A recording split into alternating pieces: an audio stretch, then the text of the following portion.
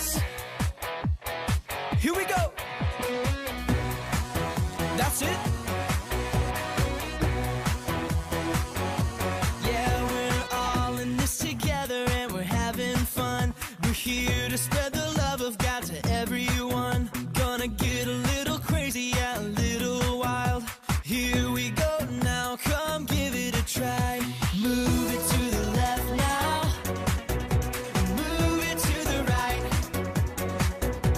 Find someone you don't know and give them a high five. Stomp your feet louder. Yeah, you guys are doing awesome. Wave your hands up high. Come on. Find somebody else now and give them a high five. Let's go.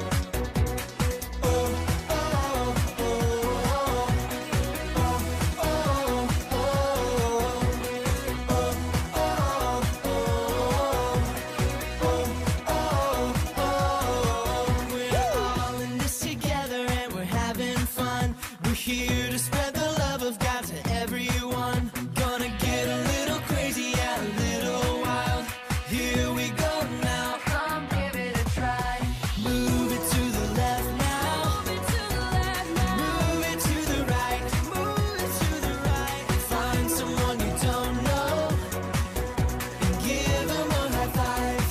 Come on, you guys are moving great. Stomp your feet louder. Stomp your feet. Wave your hands up high. Come on, wave them up.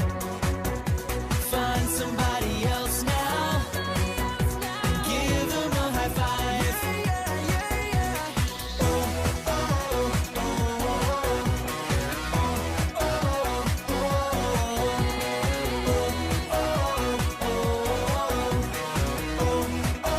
on, one more time. Move it to the left now. Move it to the right.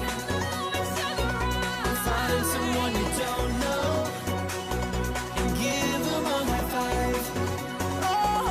Stomp your feet louder. Wave your hands up high. Wave your hands up high. Find somebody else now and give them a high five.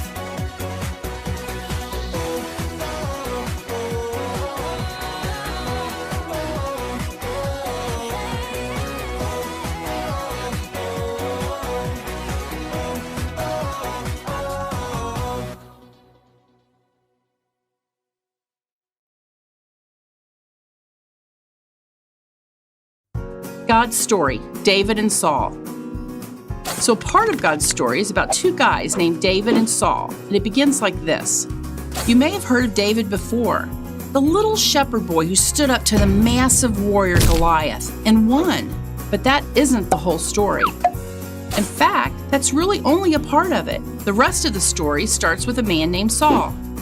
See, God wasn't very happy with Saul, Israel's first king. The people of Israel had begged God's prophet Samuel to give them a king so they could be more like other nations. God warned the Israelites they would regret it, but gave them Saul as their king.